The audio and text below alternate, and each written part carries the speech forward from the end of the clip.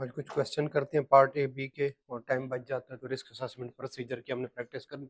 अगर ना टाइम बचा तो फिर एक्स्ट्रा क्लास लगानी पड़ेगी। चल, और एक्स्ट्रा क्लास की फिर जो है रिकॉर्डिंग करके अगर आप अवेलेबल नहीं होंगे तो भिजवा देंगे, बट हमने करना है, प्रैक्टिस भी तो करनी है ना। चले स्टार्ट करते हैं। जो है ये आपको मिल गया है C D and E वाला, और ये F भी है। चले कोई मसला जी जी।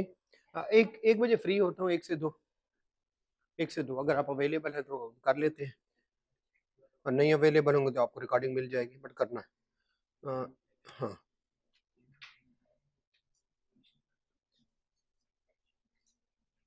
चलो बेटा स्टार्ट करते हैं। ए बी का हमने पढ़ लिया था। क्या आपने घर जाके पढ़ा है इसको, कोई चीज़ जो समझ ना आई हो? चले तो अब मैं अगर इसको रिवाइज करूं बेटा, और कुछ नहीं तो जो है ये जो मिसस्टेटमेंट है, इसके आगे एग्जाम्पल, ये बहुत इंपॉर्टेंट है, ठीक है। ये इधर में से वो क्वेश्चन बनाता है। मिसस्टेटमेंट जब अप्रोप्रिएट पॉलिसीज ना हो, जब जो है उसकी एप्लीकेशन में मसला हो, या जो है डिस्क्लोजर में मसला हो। पॉलिसी सेलेक्ट जो की वो अप्रोप्रिएट नहीं थी, उसकी एप्लीकेशन, और फिर कौन से वाला। इसके आगे जो एग्जाम्पल है इनमें से वो क्वेश्चन बना रहा है, और आपको ये रट्टा लगाना पड़ेगा, एक एक एग्जाम्पल याद करनी पड़ेगी, जरूरी है। इसी तरह से जो हमारी स्कोप लिमिटेशन है वो क्या है, जल्दी से इसको तो पढ़े पढ़े। स्कोप लिमिटेशन के आगे एग्जांपल एक है भाई management, beyond the control of management, और कौन से वाला, टाइमिंग वाला। जल्दी से इनके एग्जांपल पढ़े, फिर आगे चलते हैं। पढ़े पढ़े अभी पढ़े हर एक के।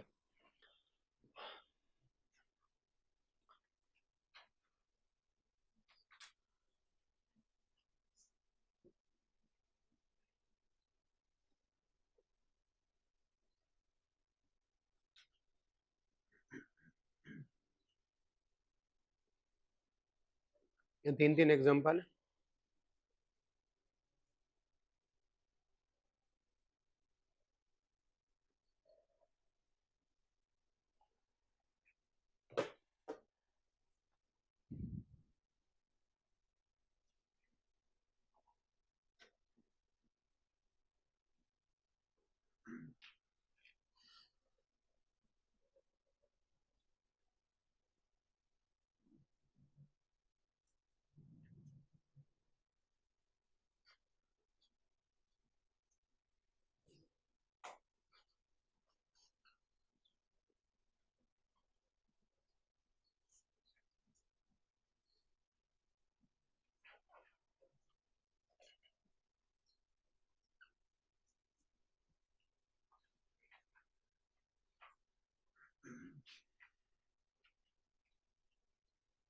ठीक है बेटा, हमने एग्जांपल पढ़ ली तीनों की। इसी तरह से पीछे एग्जांपल ये याद करनी, एग्जांपल इंपॉर्टेंट है इस चैप्टर में।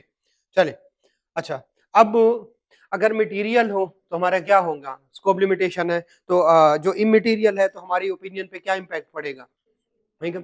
अच्छा, एक है ओपिनियन पे इम्पैक्ट, एक है रिपोर्ट पे इम्पैक्ट, और एक है ऑडिट पे इम्पैक्ट। इनमें फर्क है। ओपिनियन तो सिर्फ ओपिनियन पैराग्राफ बताना, और इसमें बेसिस फॉर ओपिनियन। जैसे हम कहेंगे इमटेरियल हो तो ओपिनियन पे कोई इम्पैक्ट नहीं पड़ेगा, अगर मटेरियल है तो, और वो मिसस्टेटमेंट है तो क्या कहेंगे, कौन से वाली रिपोर्ट, कौन से वाली ओपिनियन, जो है मॉडिफाइड नहीं कहना, qualified opinion, qualified opinion. And auditor जो है वो उसकी बेसिस फॉर ओपिनियन पैराग्राफ में उसकी डिटेल बताएगा, डिस्कस करेगा, एक्सप्लेन करेगा, ठीक हो गया। अगर मिसस्टेटमेंट है और उसका इफेक्ट परवेसिव है, मिसस्टेटमेंट है और परवेसिव है, तो auditor shall express adverse opinion, adverse opinion, ऐसा ही है, adverse opinion, and shall explain the nature of adverse opinion या नेचर ऑफ मिसस्टेटमेंट, ठीक है, इन कौन से वाले पैराग्राफ में, बेसिस फॉर एडवर्स ओपिनियन। फिर वो बेसिस फॉर ओपिनियन पैराग्राफ नहीं रह जाएगा, basis for adverse opinion. Clear हो गया? लें जी, अगर जो है स्कोप लिमिटेशन है और उसका इंपैक्ट परवेसिव है, ठीक है, सबसे पहले आप विड्रॉ करें, ठीक है, लिखें।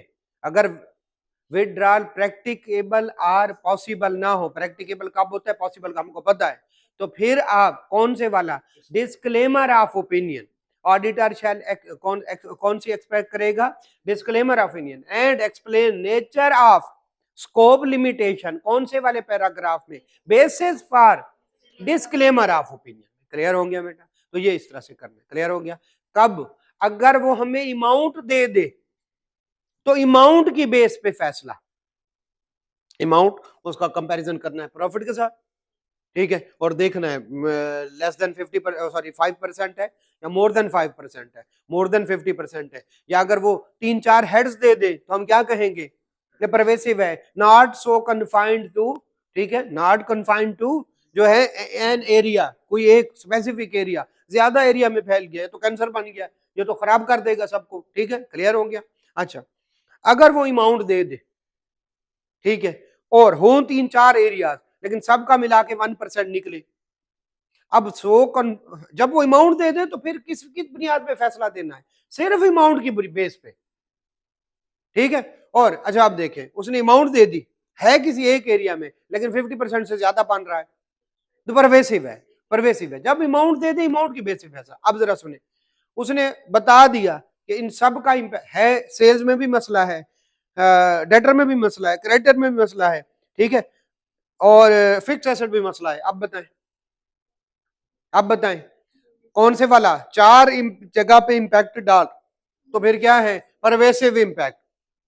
अब जरा आसान है, यही 4 जगह पे मसला डाल रहा है लेकिन कुल मिला के 1.5% बनता है, तो हम कहेंगे ये परवेसिव। हालांकि ये बहुत सारे एरियाज हैं लेकिन थोड़ा थोड़ा हर एरिया में है, ज्यादा नहीं है। क्लियर हो गया?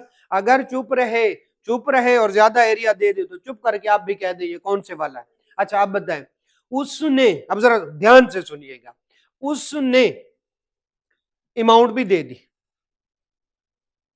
और वो लेस देन 5% है, तो कौन से वाली, इमटेरियल। लेकिन वो कह रहा है it should be consider as material. अब बताएं, अब मटेरियल है, अगर वो खुद बता दे इंपैक्ट के मटेरियल है तो फिर कैलकुलेट भी नहीं करना, और अगर कुछ ना बताए तो अमाउंट को। अब बताएं, ना उसने अमाउंट बताई है ना कुछ बताया, वो कहते हैं फलां जगह पे एरर है, अब क्या कहेंगे? हाँ, अब दोनों बतानी है। If the fact is material, RD shall express कौन से वाली, मटेरियल है तो, और मिसस्टेटमेंट है, से मिसस्टेटमेंट और कुछ नहीं बताया, ना अमाउंट दिए, ना ये बताया ये मटेरियल है, ना परसेंटेज दिया, कुछ भी नहीं दिया, तो हम दोनों बताएंगे। हम कहेंगे if the fact is material, misstatement की बता रहा हूं, auditor shall express qualified opinion and वो बेसिस फॉर ओपिनियन, अगर वो, और if the fact is pervasive, अब इफ करके दोनों बता देनी। ये बात क्लियर हो गई? चले हम केस स्टडीज करते रहेंगे और जो है लें जी हमारी। अच्छा, if statement of material exam, हाँ जी, कंसेप्ट रिव्यू क्वेश्चन पे आते हैं, बहुत इंपॉर्टेंट है, ठीक है। लें जी, डेट इज एन, कुछ रटे वाले आते हैं, ठीक है। एक स्टूडेंट मुझे याद है मेरे पास आया और फेल हो गया था 47 पे, ठीक है, तो नहीं 48 पे शायद या 46, इधर ही 3-4 नंबर ही थे, ठीक है, 2-3 मार्क्स थे। तो मैंने कहा बेटा क्या हुआ, तो कहता है सर जी रिस्क असेसमेंट, सब्सटेंटिव प्रोसीजर, और ये कौन से वाला है, रिपोर्ट। मैंने कहा बेटा मैंने कहा था ये करने हैं और इनमें से रीजनेबल नंबर का क्वेश्चन है, अब पास हो सकते थे, आपने क्या किया है? तो कहता सर जी मैंने सिर्फ ना केस स्टडी की प्रैक्टिस की है, ठीक है। तो उसने ये क्वेश्चन दे दिया, जैसे date is an important element of the audit report, ठीक है, what date should auditor put जो है on audit report and what does it represents. अब ये कोई केस स्टडी नहीं है, बल्कि सीधा सीधा जो डेट वाला था कि डेट कौन से वाली होनी चाहिए, ये है ना पता कौन से वाली होनी चाहिए, जब वो सारे सबसीक्वेंट ये वो जिस दिन साइन कर रहा है उससे पहले फला, ये सीधा सीधा क्वेश्चन था। और दूसरा देखते हैं, आ जाओ जरा, रिक्वायर्ड में narrate the matter that should be contain in statement of कौन से वाला, auditor responsibility as identified in an audit report of ISA 700। अच्छा ISA 700 ना भी हो तो उससे पीछे क्या लिखा हुआ है, as identified in क्लियर हो गया? तो अगर आपको ये याद भी नहीं है तो भी आपका क्वेश्चन हो जाएगा, इसके बारे में परेशान नहीं होना। हाँ जी, क्या पूछ रहा है आपसे? ऑडिटर रिस्पॉन्सिबिलिटी, कितने मार्क्स हैं? सबसे बड़ा पैराग्राफ भी कौन से वाला है, सबसे बड़ा सेक्शन भी कौन से वाला है? ऑडिटर रिस्पॉन्सिबिलिटी वाला हो जाएगा। ठीक है, ऊपर आपको auditor is required to issue audit report at the end of the audit, ऐसे settled opinion on the financial statement and important element उसमें से कौन से वाला है?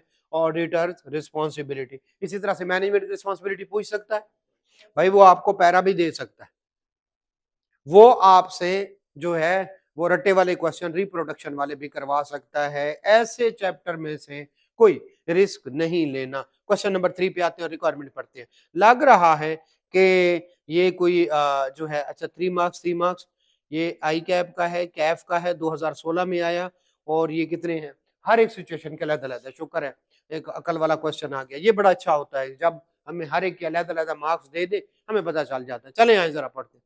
इन relation to the audit report, अच्छा इसमें ना आखिरी 2 के आंसर नहीं है, जो आपके पास है ना उसमें आखिरी 2 के आंसर नहीं है, वो मैं आपको बता दूंगा। In relation to the audit report, पता चल गया आइजा 700 लिखा हो या ना लिखा हो, पता चल गया कि कहाँ की बात कर रहे हैं। In relation to the audit report, ठीक है, अभी तो हम वही चैप्टर पढ़ते हैं, बल्कि वही टॉपिक पढ़ते हैं और उसके बाद उसके जो है वो क्वेश्चन करते हैं। क्या एग्जाम में भी इसी तरह से होता है? एग्जाम में तो 10 20 25 जितने भी चैप्टर हैं वो आपने पढ़े हुए होंगे और उनमें से क्वेश्चन आ रहे होंगे, 15 चैप्टर जितने भी है। ले जी, तो फिर टोटल में से आपने देखना है कहाँ पे है। On financial statement and relation to order report and content thereof, और उसके कंटेंट। अच्छा, अंडर रिवाइज न्यू आइजा, ये जब आया था 2016-17 में नया आया। Discuss the appropriateness or otherwise of the following statement, क्या ये स्टेटमेंट ठीक है या गलत है, ये हमें बताएं। अब इसमें एरर भी हो सकती है और इसमें ओमिशन भी हो सकती है। मुश्तरी होशियार बाश, आए जरा। Management is only responsible for preparation of the financial statement, ठीक है, यहां तक तो बात ठीक है। फाइनेंशियल स्टेटमेंट किसने प्रिपेयर करनी है? है। अब वो अगर मैनेजमेंट रिस्पॉन्सिबिलिटी आपने रट्टा लगाया हुआ है तो ठीक है, नहीं लगाया हो तो वक्त ज़ाया किया। इन accordance with the financial reporting, ऐसा फ्रेमवर्क है, वैसे ही उन्होंने क्या करनी है, जो है प्रिपरेशन करनी है। जी यहाँ तक तो बात ठीक है, समझ आती है।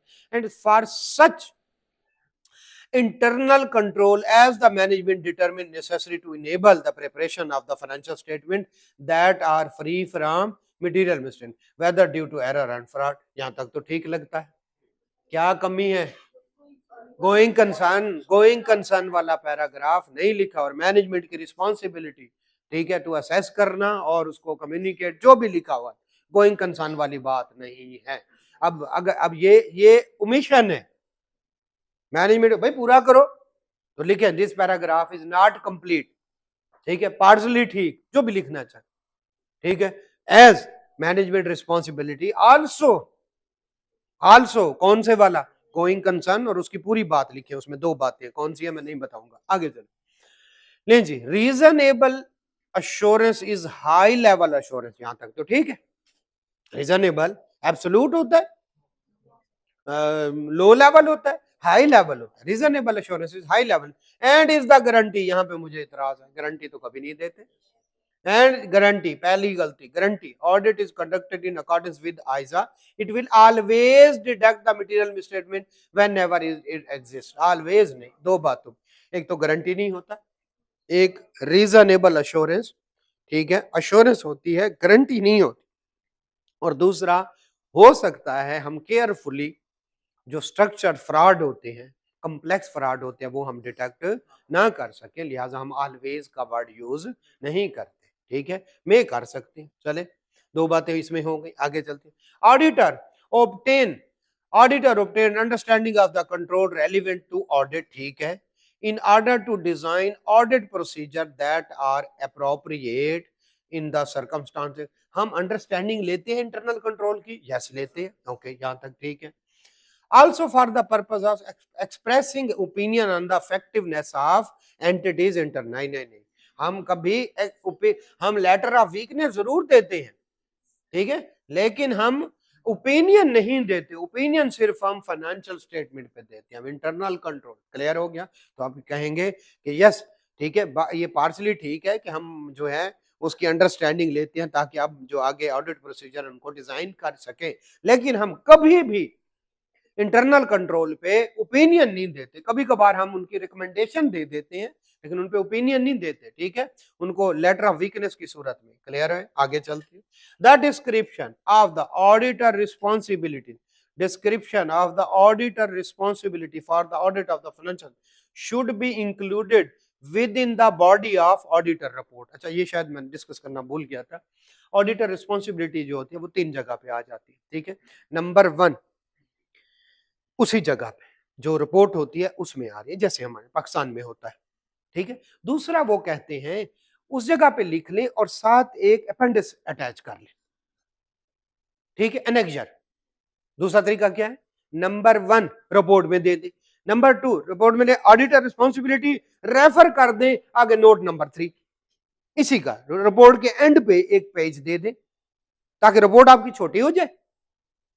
दूसरा तरीका ये लिखा हुआ है कहीं पे, आप पढ़े तो कहीं पे लिखा हुआ, मैं शायद डिस्कस करना।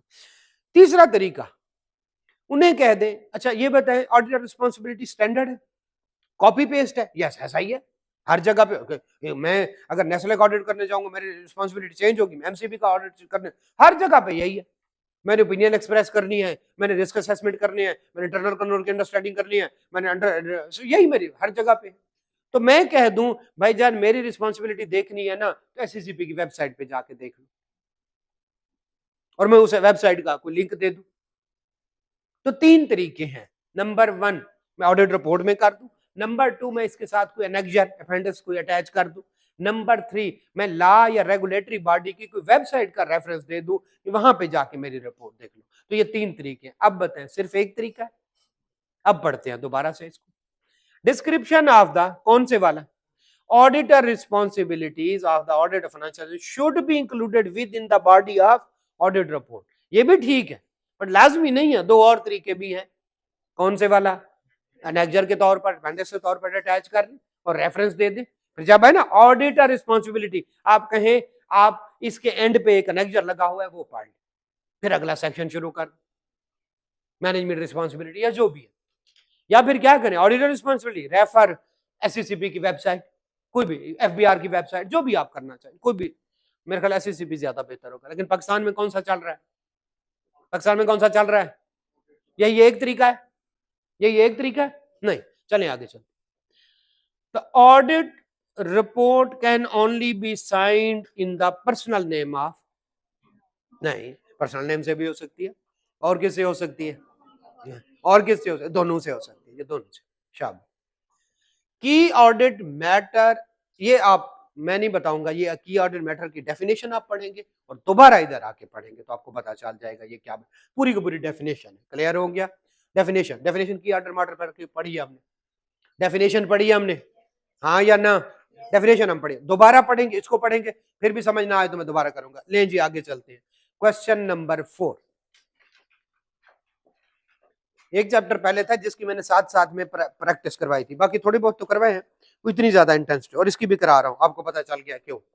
Identify and explain the error in above extract, you are not required to redraft the report. दोबारा ना लिखना शुरू कर दे, ठीक है, इसमें से गलतियां ढूंढो और गलतियां लिखो।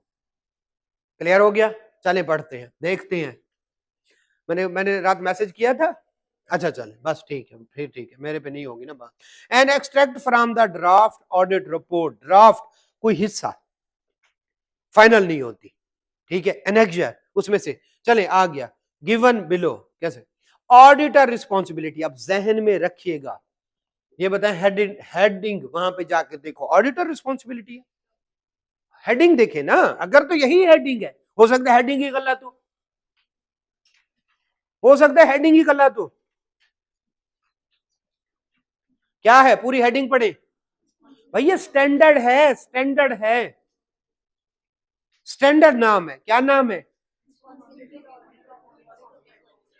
समझ गए? तो ये हेडिंग ही गलत है, समझ गए? ये कंसेप्ट का मसला नहीं है, ये हेडिंग का मसला है, मेन हेडिंग ही सही नहीं लिखी हुई। क्लियर है? मैं बताऊं, एक होती है अनमोडिफाइड रिपोर्ट, एक होती है मॉडिफाइड रिपोर्ट।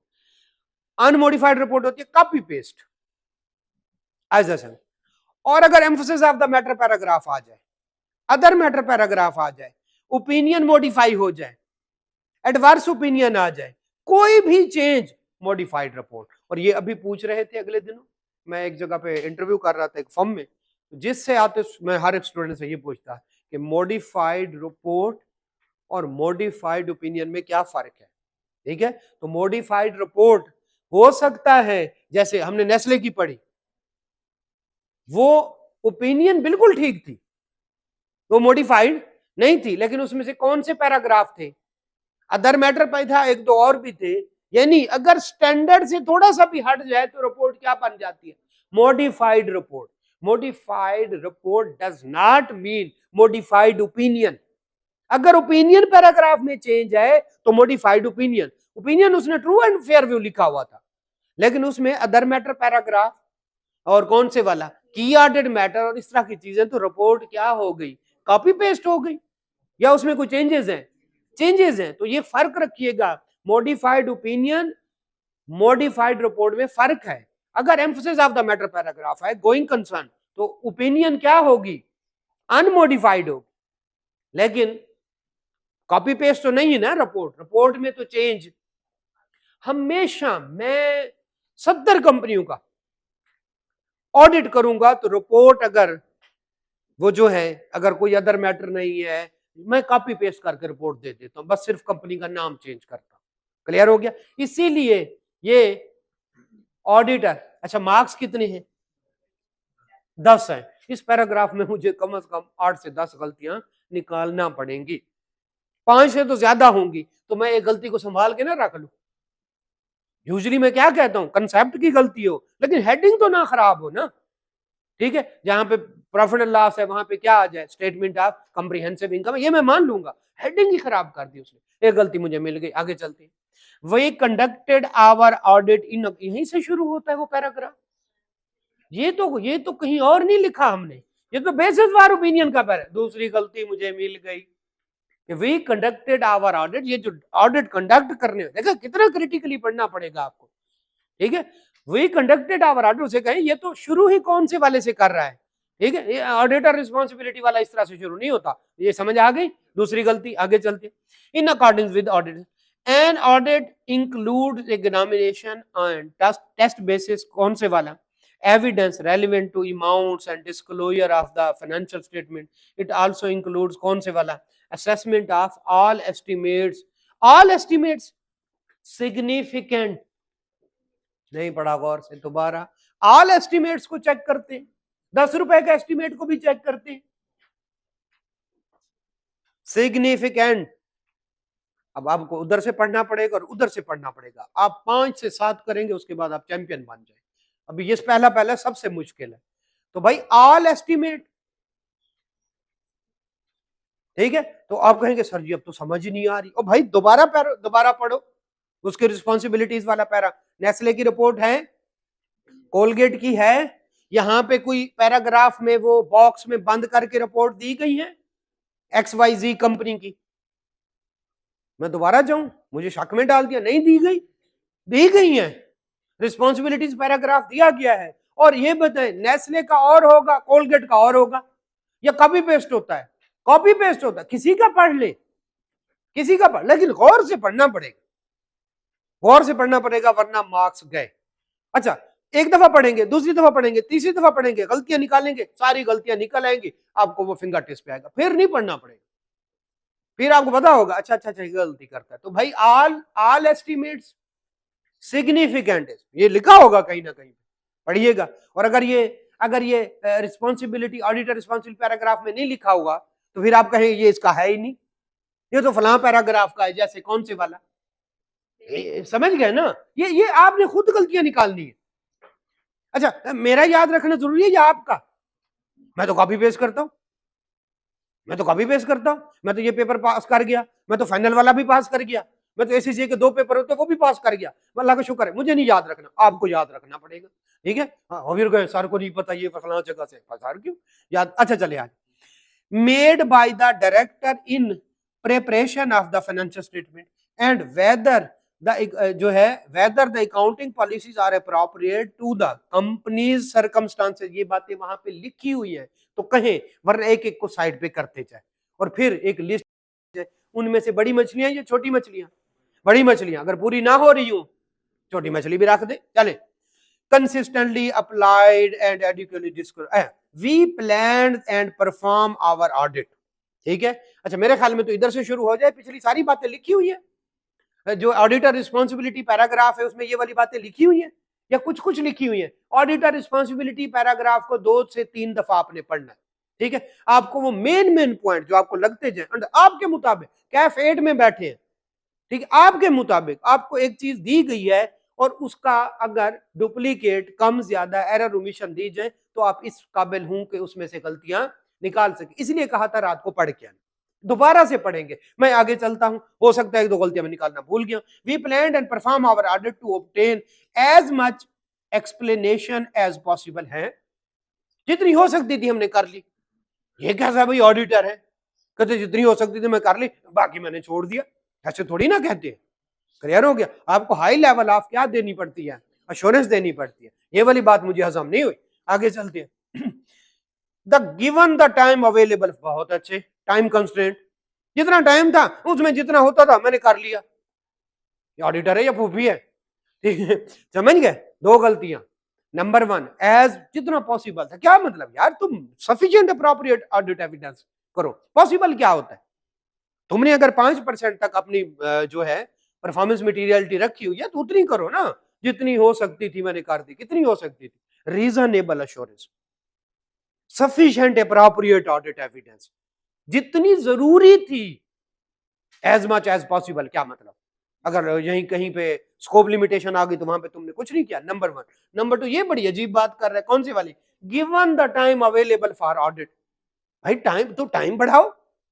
जब वो हम पे क्या लगाते थे, रिस्ट्रिक्शन लगाते थे कि वो क्या करें, जल्दी कर ले, तो हम कहते नहीं भाई नहीं होता हमसे, टाइम बढ़ाएं, या हम रिसोर्सेज चेंज करते थे, या बहुत ज्यादा मसला होता तो हम इंटरम ऑडिट कर लेते थे फिर, जिसको बहुत ज्यादा जल्दी होती। ये 2 बातें मुझे हजम नहीं हुई, आगे चलते हैं। We confirm that financial statement are free from, बहुत अच्छे। ये कब हम कहते हैं? कभी हम कंफर्म कर सकते, हम एक रीजनेबल एश्योरेंस देते हैं। ठीक है, तो ये चौथी 5वीं गलती थी जो हमें मिली। Whether caused by fraud or irregularities or error, okay ठीक है, किसी हद तक मान लेते हैं। Audit the director however are wholly responsible for the accuracy of the financial statement। Financial statement की सारे रिस्पॉन्सिबल डायरेक्टर हैं, यानी मैनेजमेंट कह रहा होगा। चलो किसी हद तक इसको भी हजम कर। No liability of the error can be accepted, बहुत अच्छे। ऑडिटर कह रहा है जागते रहना, मेरे पे ना रहना। कभी कहते हैं ऐसे ऑडिटर, भाई सारी रिस्पॉन्सिबिलिटी क्या, मेरी कोई रिस्पॉन्सिबिलिटी नहीं, तो फिर ऑडिट क्यों कर रहे? ये वाली बात भी मुझे हजम। देखिए मोटे मोटे पॉइंट तो चुन लेना, इनमें से कुछ होगा जो इस पैराग्राफ का नहीं होगा, उसको अलहदा कर ले। ये तो फलां पैराग्राफ का है, ये फलां पैराग्राफ का है, ये हेडिंग गलत है, और बाकी जो मोटी मोटी बातें हैं वो समझ आ रही है। एक उसने कौन से वाली चवल मारी है, वो कहता है कौन से वाला, ठीक है, एक टाइम, दूसरा कौन से वाला, एक्सप्लेनेशन, और ये देखें ऑल। ठीक है, ऑल ये मोटी मोटी बातें ये तो हम निकाल सकते हैं। और फिर अभी कौन से वाली बात की है उसने, no liability for the error can be accepted. भाई हमारी भी लाइबिलिटी है, हमारी भी ये हम कैसे कह सकते हैं, ऑडिटर ये वाली बात नहीं कर सकता। Informing our opinion, we also evaluate overall adequacy of the presentation of the information in the company's annual report। में जो भी इंफॉर्मेशन दी गई है उन पे हम जो है वो उनको भी इवेल्युएट किया। ठीक है, कंपनीज एनुअल रिपोर्ट, जरा दोबारा से पढ़े। इनफॉर्मिंग ऑफ आवर ओपिनियन, उधर कहता है इनफॉर्मिंग ऑफ आवर ओपिनियन, हमने ये देखा ये देखा ये देखा। हम ये कभी कहते हैं we evaluated the overall adequacy of कौन से वाला, presentation of information in financial statement, या कौन से वाला, एनुअल रिपोर्ट। एनुअल रिपोर्ट में तो और बहुत सारी चीजें होती, तो ठीक नहीं, उसमें डायरेक्टर रिपोर्ट भी होती है, कभी हम उसको देखते हैं कभी नहीं देखते। उसमें तो बैंकों की रिपोर्ट भी होती है, उसमें तो कंपनी के ग्राफ भी होती है, उसमें तो कंपनी की लोकेशन भी होती है, उसमें तो कंपनी की पूरी हिस्ट्री होती है। हमें क्या पता उसके दादा परदादा क्या करते थे लकी सीमेंट वालों के, हमने उस पर ओपिनियन देनी है? नहीं, हमने किस पे देनी है, कंपनीज एनुअल रिपोर्ट नहीं देनी बल्कि किस पे देनी है, फाइनेंशियल स्टेटमेंट। तो अब मेरे पास एक रीजनेबल 7 से 8 हो सकता है सोल्यूशन में कोई और भी हो, लेकिन अगर थोड़ी अक्ल लड़ा के हम उसको, तो फिर मैं कह रहा हूं जो आपको रिपोर्ट दे दी गई है उसको कम से कम 10 दफा पढ़ना, एक दफा पढ़ना है, कल फिर पढ़ना है, कल सारा कुछ उसी में से निकलेगा, सारा कुछ। और जो एडिशनल बातें हैं वो तो हम पढ़ेंगे, other matter paragraph, emphasis of the, उनको अलग पढ़ेंगे। तो जो इनमें चीजें हैं, ऑडिटर रिस्पॉन्सिबिलिटी, और कौन से वाली मैनेजमेंट रिस्पॉन्सिबिलिटी, और कौन से वाला ओपिनियन पैराग्राफ, नॉर्मल वाला, अनमोडिफाइड वाला, और बेसिस फॉर ओपिनियन पैराग्राफ, और फिर कौन से वाला एक और भी है एंड पे, वो जिसमें 4 बातें एक्स्ट्रा लिखी जाती है, लीगल। इनको आपने बार बार पढ़ना है, मुफ्त के नंबर है। जब वो आपको पढ़ेंगे उनके बेहतरीन कंटेंट, क्योंकि ये पहला क्वेश्चन था आपको मुश्किल लगा होगा, इस वजह से मैंने मोटी मोटी गलतियां निकाल, हालांकि यहां से भी एक दो और निकल सकती है, मैंने उनको नहीं छेड़ा। मैंने उसने जो अजीब बेवकूफाना बातें की हैं, all time available, as much as possible, फिर कौन से वाला एनुअल रिपोर्ट, भाई एनुअल रिपोर्ट और होती है, ऑडिट रिपोर्ट और होती है, फाइनेंशियल स्टेटमेंट पे हम ऑडिट रिपोर्ट देते हैं। इसी तरह से उसने कौन से वाली, ये जो उसने नो, मैंने मोटी मोटी बातें निकाल दी, और भी निकल सकती। क्लियर हो गया? जो बिल्कुल ही बेवकूफों वाली बातें थी वो मैंने निकाल दी, ताकि आपको पता चले ये भी गलतियां, और भी गलतियां निकल सकती हैं, लेकिन वो कब निकलेंगी जब हाँ ये जैसे ये शुरू हुआ तो आपने साथ ही कह दिया सर ये तो हम किस में करते हैं, समझिए, वो आपने 2-3 दफा पढ़ेंगे तो और निकलेंगी, सर ये वाली बात भी इधर नहीं लिखनी, फलानी जगह पे लिखनी चाहिए। क्लियर हो गया? ये फलानी जगह पे लिखनी चाहिए सर यम, तो ये आहिस्ता आहिस्ता आएगी, बट नॉट इम्पॉसिबल, आराम से हो जाएगा। एक रिपोर्ट है 2-3 पेजेस की, मैंने बार बार पढ़ना है, उसको बार बार पढ़ना, उसी में से सारी जो ओमिशन, मैं फिर कह रहा हूं, जो ओमिशन है रिस्पॉन्सिबिलिटी में, जो बातें नहीं आई वो अभी आपको नहीं याद, वो पढ़ेंगे वो और ज्यादा मुफ्त के नंबर। नहीं नहीं नहीं, ये बातें 4 लिखी भी नहीं गई, ओमिशन ज्यादा खतरनाक है, एरर का तो पता चल जाता है ना, ठीक है, ओमिशन ज्यादा खतरनाक है। चलिए आस्ते आस्ते पढ़े, लें जी आगे चलते हैं। अब हम चलते हैं क्वेश्चन नंबर 5 पे। Question number 5, question number 5, auditor should obtain sufficient audit evidence in order to able to form an audit opinion. Identify the situation which restrict, अब गौर से, identify the situations which restrict auditor ability to obtain sufficient appropriate audit. Give example of, दो हैं। Number 1, identify the situation जो कि auditor को रोक देती हैं ताकि वो sufficient appropriate audit evidence obtain. Give examples, marks कितने, कैफ लेवल का क्वेश्चन है, 9 मार्क्स है, ठीक है। तो जरा सुने, कौन से वाली चीजें हैं जब हम ऑडिट एविडेंस ऑब्टेन नहीं कर सकते, स्कोप लिमिटेशन, वो सिचुएशन है जो हमें audit sufficient appropriate audit evidence से रोकती है। अब बताएं कितनी सिचुएशन, 3 कितने मार्क्स, 9 मार्क्स। आगे 3 एग्जांपल, हर एक की 2-2 3-3 एग्जांपल लिखेंगे तो मार्क्स मिलेंगे। नहीं अभी पढ़ी थी, इसी क्वेश्चन के लिए मैंने पढ़ाई। आगे चलते हैं। अच्छा, एक बंदा जो कहता है सर मैंने इसकी बड़ी प्रैक्टिस की है, सिर्फ और सिर्फ किसकी, सिर्फ जो है इसके क्या नाम है उसका, जो केस स्टडी की। तो भाई ये वाला क्वेश्चन तो नहीं करेगा, ये तो जितनी मर्जी आप पढ़ते रहे कौन से वाले रिपोर्ट को और केस सॉल्व करते हैं, ये वाला नहीं होगा। 9 मार्क्स नहीं तो खुदा ना खास्ता fail. Explain the term pervasive effect in, pervasive effect, अब ये रटे वाला रिप्रोडक्शन वाला है, वो कहने not so confined, if confined, और क्या फंडामेंटल, ये 3 बातें लिखेंगे तो मार्क्स भी कितने, 4 मार्क्स मिलेंगे, अदरवाइज नहीं मिलेंगे। आगे चलते, क्वेश्चन नंबर 7 इंपॉर्टेंट। अच्छा, identify with justification. Number 1 identify, और साथ में क्या देनी है, जस्टिफिकेशन। जिसने सिर्फ आइडेंटिफाई कर लिया कुछ नहीं मिलेगा, जस्टिफिकेशन, ठीक है। How the following item would affect the auditor opinion, अब क्या बताना है, ओपिनियन कौन सी होगी, ओपिनियन कौन सी होगी। आइए जरा बढ़ते हैं, ओपिनियन पे क्या इंपैक्ट पड़ेगा। Auditor have not been able to physically verify the inventory, okay, marks कितने, 8। सिचुएशन कितनी, किस में आया है, पिफा में। ये इस बुक की बहुत अच्छी वो है कि ये अदर बॉडीज के भी क्वेश्चन वो करती है। The auditor have not been able to physically verify the inventory. Okay, inventory constitute a material portion of current asset of the company। खुद बता रहा है मटेरियल। अब बताएं, जब उसने बता दिया मटेरियल तो हम इफ की बात करेंगे या सिर्फ मटेरियल की करें? अब जिसने इफ की क्वेश्चन गलत, मैं कह ही नहीं रहा परवेसिव है, मैंने जब कह दिया अच्छा मटेरियल है, बताएं स्कोप लिमिटेशन है या जो मिस स्टेटमेंट है? स्कोप अनएबल टू वेरीफाई क्या है, स्कोप लिमिटेशन। बताएं ये क्या है, स्कोप लिमिटेशन है। और इंपैक्ट क्या पड़ेगा, पहले आइडेंटिफाई द, क्या कहता है, आइडेंटिफाई विद जस्टिफिकेशन। और फिर कौन से वाला, how the following would affect the auditor opinion, किस तरह से अफेक्ट करेगा। तो आइडेंटिफाई कर ली सिचुएशन, स्कोप लिमिटेशन क्या कैसे अफेक्ट करेगा, ठीक है, कौन से वाली ओपिनियन, क्लियर हो गया। और बेसिस फॉर ओपिनियन का भी बारे में बात कर रहे हैं, ठीक है। और इसकी जो है नेचर के बारे में वो क्या करेगा, हो जाएगा। आगे चलते, company has determined the useful life कितनी, 10 year, over which they are depreciate. Useful life हमारी 10 ईयर है। The auditor believe that useful life is not justified. Auditor उन्होंने जो पॉलिसी, जो एप्लीकेशन है, उसकी कैलकुलेशन पे इनके दोनों के दरमियान इख्तलाफ है।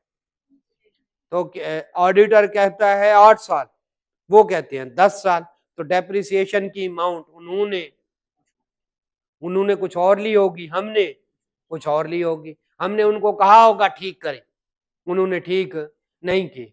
हमने फिर मैनेजमेंट को शिकायत लगाई होगी। जब भी क्या हो, कोई आपको मिस स्टेटमेंट मिले, उनसे कहें मैनेजमेंट से, ठीक है, सॉरी मैं फिक्र दोबारा से, मैनेजमेंट को कहें कि जनाब इसको ठीक करें। वो ना करें, दोज चार्ज विद गवर्नेंस को शिकायत लगाएं। फिर भी ना करें तो ये मिस स्टेटमेंट है। ये बताएं ये क्या है फिर, मिस स्टेटमेंट। अफेक्ट ढूंढे, किधर है नहीं पता चल रहा, दोनों बताएंगे। If affect is the case of miss statement, if the fact is pervasive. Clear हो गया, ये दोनों लिखेंगे, मार्क्स मिलेंगे वरना नहीं मिलेंगे। आगे चलो, नहीं जी, 3% ऑफ द टोटल, 5% से कम है, 5% से कम है, क्या बात है। आज जी, total purchases are authorized by purchase officer rather than purchase manager. हमें नहीं पता परचेज ऑफिसर कौन है, परचेज मैनेजर कौन है, लेकिन हमें ये पता है कहीं ना कहीं पे कोई ना कोई मसला हो रहा है। 3% से भी कम है, बताएं कौन से वाला। वो खुदा के बंदो, ये कंट्रोल की वीकनेस है, ये मिस स्टेटमेंट है, ये हाल है। दोबारा पढ़ें, क्या कोई अमाउंट है, क्या कोई डिस्क्लोजर है, क्या कोई स्कोप लिमिटेशन है। इस देखें, वो साइन किसने करने थे और किसने, तो कंट्रोल वीकनेस है। हम ऑडिट प्रोसीजर बढ़ा देंगे, हमें मिस स्टेटमेंट मिल गई है, 10 की जगह 100 लिखा हुआ है या 100 की जगह 2500 लिखा हुआ है। नहीं, साइन किसने करने थे, पता नहीं मैनेजर ने, और किसने किया, तो कंट्रोल वीकनेस। क्या ये बताएं, इंटरनल कंट्रोल की वीकनेस मिस स्टेटमेंट है नहीं, उसकी वजह से ऑडिट बचे। अब लिखेंगे, क्लियर हो गया। तो ये 3% करके उसने आपको बेवकूफ बनाया कि परचेजेस में क्लियर हो गया। चले, पहली बात है ना, अगली दफा आपने जो है वो मुर्गा नहीं बनना, ठीक है। चले आज 3% of the total purchase of the authorised purchase officer rather, उन्हें कहें it is not a misstatement nor a scope limit, as it is weakness in internal, ये तो पता चल रहा है फलां ने करने थे, फलां कर रहा है, weakness in internal control which will impact our audit procedure. Audit procedure कम ज्यादा हो जाएंगे। क्लियर हो गया, ये वाली बात समझ आई, घूम गए। अच्छा चले आगे ले जी। तो भाई देखना है भाई, कल मैंने स्कोप लिमिटेशन बता दी कितनी होती है, मिस स्टेटमेंट बता दी कितनी किस्म की होती हैं, वो पॉलिसीज, प्रोसीजर्स, और फिर कौन से वाला, ठीक है, और कौन से वाला सही अप्लाई नहीं कर रहा है, ये मिस स्टेटमेंट है। डिस्क्लोजर सही नहीं दिया गया, ठीक है, कम दिया गया है, फेयर प्रेजेंटेशन है तो एक्स्ट्रा डिस्क्लोजर नहीं दे, वो वाली बात है। चले आगे चलते हैं। Company is not complying with the requirement of complying with the ISA 12 inventories, ठीक है, तो ये इसके रिक्वायरमेंट की कंप्लायंस नहीं कर रहे, ठीक है, तो इससे क्या है, ये कोई डिस्क्लोजर नहीं दे रहे। वाइफो कहा है, लाइफो कर रहे हैं, मिसस्टेटमेंट है, डेफिनेशन है ना, ठीक है। अगर डिस्क्लोजर सही नहीं दे रहे, वो भी मिसस्टेटमेंट है। और अगर सारा कुछ ठीक है लेकिन फाइफो की जगह क्या कर रहे हैं, लाइफो कर रहे हैं, मिसस्टेटमेंट है, मिसस्टेटमेंट है, पहली misstatement. The company has misclassified capital expenditure on the account of machinery as a capital expenditure को revenue expenditure में डाला हुआ है, मिसस्टेटमेंट है, मिसस्टेटमेंट है। क्लियर हो गया? ये बताया मटेरियल या इमटेरियल या परवेसिव, कोई नहीं बताया गया, कोई नहीं बताया अभी तक, कुछ नहीं बताया अभी तक, हमें कुछ नहीं कर सकते। आगे बताए, दो गलतियां हो गई। तीसरा, the company has not disclose one of its long term loan in the financial statement, ये भी मिस स्टेटमेंट है। बताएं, अफेक्ट मटेरियल इमटेरियल, कौन से वाला अफेक्ट, या दोनों? वो खुदा के बंदे, तीन एरिया में गलती है, परवेसिव, क्या दोनों? एक, क्या नहीं किया, दूसरा मशीनरी को एक्सपेंस आउट कर दिया, तीसरा लॉन्ग टर्म लोन कितनी एरियाज पे चला गया। अब आप कहेंगे इफ मटेरियल, फिर कहते हैं सुन लो, मुझे सारा आते, एग्जामिनर ने तो कोटा रखा हुआ है, बस उतरे को पास करता है, बाकियों को नहीं करता। ये कोटा जी उसने बताया क्या? नहीं नहीं नहीं, जब वो बता नहीं रहा तो इसका मतलब है कि उसका इफेक्ट एक से ज्यादा एरिया में जा रहा है। अगर वो बता दे, मैंने बताया था, अगर इन सब का बता दे कि इंपैक्ट 1.5% है, तो फिर हम कहेंगे ज्यादा एरिया में है लेकिन चूंकि इसका इफेक्ट क्या है, ठीक है। या वो बता दे 50%, जब कुछ ना रहे एक से ज्यादा एरिया, फिर इसका क्या मतलब है, परवेसिव है। आप कहें एक से ज्यादा एरिया में नहीं है, लिहाजा इफेक्ट क्या होगा, परवेसिव, एक से ज्यादा। वो आपको इधर ले जाना चाहता है। एक ही कंपनी में तीन गलतियां बताने का क्या मतलब है, तीन एरियाज में जाके बताने का क्या मतलब है कि वो आपको परवेसिव तक लेके जाना चाहता है। चलें जी, हमारा नेक्स्ट टॉपिक आज, ये बाकी बाद में करेंगे, ये आपने कर क्या नहीं है। जल्दी से नेक्स्ट टॉपिक, हमारे पास 8 मिनट है, जल्दी से बता। Emphasis of the matter paragraph, emphasis of the matter paragraph, next word by word कल पढ़ेंगे, लेकिन अभी मैं आपको इंट्रोडक्शन दूं। Emphasis of the matter paragraph, ठीक है। एक होता है हम जो बातें मैनेजमेंट को बताते हैं, उसमें से सिग्निफिकेंट किस में आती है, की ऑर्डर्ड मैटर। ये उनके अलावा है की ऑर्डर मैटर पैराग्राफ। क्यों एक बात की ऑर्डर मैटर में लिखे और वही बात मैं कह रहा हूं चैप्टर नंबर 16, ठीक है, उसमें ये चीज है, 17 में भी वही चीज लिख दो, सर जी ये क्या मतलब। तो जो की चीज की ऑर्डर मैटर में आएगी वो वाली एम्फसिस में नहीं है, पहली बात। दूसरी बात, ऐसी चीज जो डिस्क्लोज हो गई है और मिस स्टेटमेंट नहीं है। क्योंकि अगर मिस स्टेटमेंट हो गई तो एम्फसिस में लिखेंगे या ओपिनियन में, ओपिनियन और बेसिस फॉर ओपिनियन में ना। अगर कोई मिस स्टेटमेंट भी नहीं है लेकिन यूजर कौन है, मेंबर्स, बाकी लोग, यूजर की अंडरस्टैंडिंग के लिए फंडामेंटल है। जैसे जरा सुनिए, मैं एग्जांपल दूं आपको। ये कौन सा पढ़ रहे हैं, emphasis of the matter paragraph, यही लिखा हुआ है ना, पहला पैराग्राफ, ओके। यूजर की अंडरस्टैंडिंग के लिए फंडामेंटल है, जरा सुनिएगा। डिस्क्लोज भी ठीक हुआ हो, अगर डिस्क्लोज ना हो तो फिर तो मिस स्टेटमेंट है, फिर तो हम देखेंगे मटेरियल इंपैक्ट है या परवेसिव है, फिर तो ये कहां पे आएगा, ओपिनियन और बेसिस फॉर ओपिनियन। डिस्क्लोज भी बिल्कुल ठीक कर लिया है, लेकिन आपको लगता है लोग डिस्क्लोजर ठीक नहीं पढ़ते, तो ये बड़ी जरूरी बात है। जैसे एक कंपनी पे केस है 15 बिलियन का, बहुत बड़ा केस है, लेकिन अभी तो पता ही नहीं है कि किधर जाएगा मामला, कौन, ना हमें पता है हम हारेंगे, ना पता लगता है जीतेंगे, तो फिर कौन से वाला, अमाउंट आउट करें या इसको या डिस्क्लोजर दे दे। लेकिन अगर हार गए तो कंपनी ने नहीं बचना। क्या गोइंग कंसर्न का मसला है? नहीं, तो अभी तो केस शुरू हुआ है, कई साल चलना है। लेकिन जो इन्वेस्टमेंट करना है, अगर उसको पता चल गया क्योंकि ऐसा भयानक किस्म का केस चल रहा है, तो अब 2 दफा सोचेगा, यार मैं इसके शेयर लेने लगा हूं, कल अगर केस अगली पेशी पे इस साइड पे मुड़ा तो इसके शेयर की प्राइस अभी कुछ नहीं है। और कंपनी ने ये वाली बात डिस्क्लोजर देना था या प्रोविजन डालनी थी? डिस्क्लोजर देना था, कंटीजेंसी है, और उन्होंने डिस्क्लोजर दिया हुआ है। तो आप फिर emphasis of the matter paragraph add करते हो, ताकि, क्योंकि वैसे तो कोई डिस्क्लोजर नहीं पड़ता। क्लियर हो गया? Emphasis of the matter paragraph ऐसा पैराग्राफ होता है जो कि ऐसी इंफॉर्मेशन जो ऑलरेडी डिस्क्लोज हो, जिसकी वजह से आपकी ओपिनियन मॉडिफाइड नहीं है, और वो ऑलरेडी, और वो मिसस्टेटमेंट भी नहीं है, और ऑलरेडी क्या है, डिस्क्लोज है। आप चाहते हैं यूजर की इंटेंशन इस तरफ दिलवाई जाए, तो आप कौन से वाला पैराग्राफ ऐड करते हैं?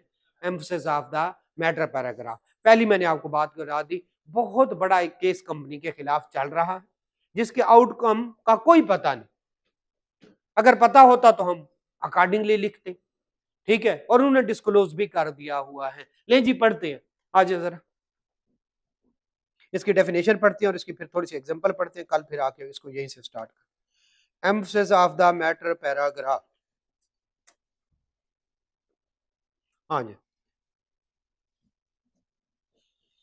Emphasis of the matter paragraph, ठीक है, इन ऑडिट रिपोर्ट, ठीक है, ओके, रिलेटेड टू, क्या लिखा हुआ है, financial statement, financial statement, okay.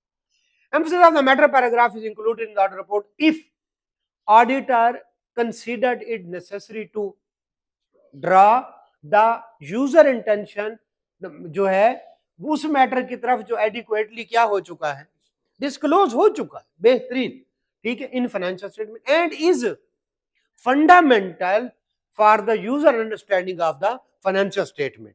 बहुत अहम मामला है। And provided that it is not a misstatement और स्कोप लिमिटेशन, ये गलती नहीं है, उन्होंने डिस्क्लोज कर दिया है, एंड इट इज नॉट अ, ये 4-5 बातें होंगी। नंबर 1, ड्रा इंटेंशन, और उस मैटर को जो ऑलरेडी डिस्क्लोज है, और लेकिन ये मैटर फंडामेंटल है किसके लिए? Financial statement. फाइनेंशियल स्टेटमेंट का बड़ा मैटर है, अरबों रुपए का मसला है, और ये ना तो मिस स्टेटमेंट है ना स्कोप लिमिटेशन है, और ये की ऑर्डर मैटर, क्योंकि वो तो अलग आता है। ये वाली 5 बातें लिखेंगे तो आपको, लें जी एग्जांपल पढ़ते हैं, मैं एक एक करके पढ़ाता हूं, और अगले हमारे पास 6-7 मिनट है, जितनी हो गई, क्योंकि इस चैप्टर में एग्जांपल ज्यादा इंपॉर्टेंट है। चले आज, क्योंकि इधर से ही वो material uncertainty relating to outcome of the litigation और रेगुलेटरी एक्शन, गवर्नमेंट का कोई आपके खिलाफ केस चल रहा है और उसके बारे में क्या है, अनसर्टेनिटी है, क्योंकि अगर सर्टन हो तो फिर क्या करनी पड़ेगी, प्रोविजन। अनसर्टेनिटी है लेकिन आपने उसको डिस्क्लोज कर दिया, okay. Next, a significant subsequent event occurs, आप गए 30 जून के बाद, 30 जून के बाद आग लगी, पता नहीं कुछ एडजस्टिंग होते हैं, कुछ नॉन एडजस्ट। 30 जून के बाद लगी आग, उसकी वजह से फैक्ट्री जल गई, एडजस्टिंग या नॉन एडजस्टिंग? एडजस्टिंग है, नॉन एडजस्टिंग है। 30 जून को माचिस भी नहीं पड़ी थी जिससे आग लगी है, 30 जून में कोई रिलेशनशिप नहीं। देखिए सेल रिटर्न हो जाए, ठीक है, तो वो कौन से वाला है, एडजस्टिंग। क्लियर होंगे? अच्छा, अब क्या ये बात डिस्क्लोज करनी चाहिए या अकाउंट फॉर करनी चाहिए? डिस्क्लोज करनी चाहिए, उन्होंने डिस्क्लोज कर दी।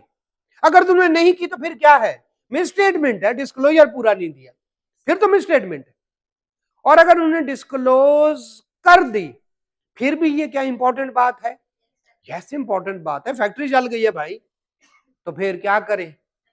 Emphasis of the matter paragraph में कहें, जो है नोट नंबर 41 पढ़ ले, ठीक है, फैक्ट्री जल गई है, ठीक है। चले अगला कौन से वाला, अर्ली एप्लीकेशन। अच्छा, ये जो स्टैंडर्ड, अच्छा अर्ली एप्लीकेशन, उसके बाद किस पे लिखा, new accounting policy, standard. There is difference between policy and standard.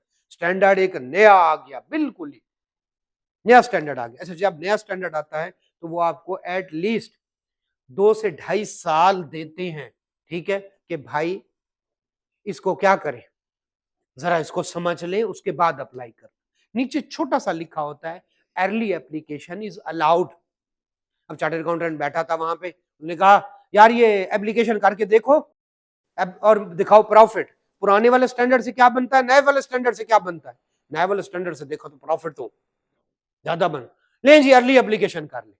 तो इस सूरत में उन्होंने गलत किया या ठीक किया? सही किया, लेकिन उसकी वजह से प्रॉफिट। तो हम कहेंगे भाईजान ये असल में ना अर्ली एप्लीकेशन, ये जो प्रॉफिट में आपको बूम नजर आ रहा है ना, ये किसकी वजह से है?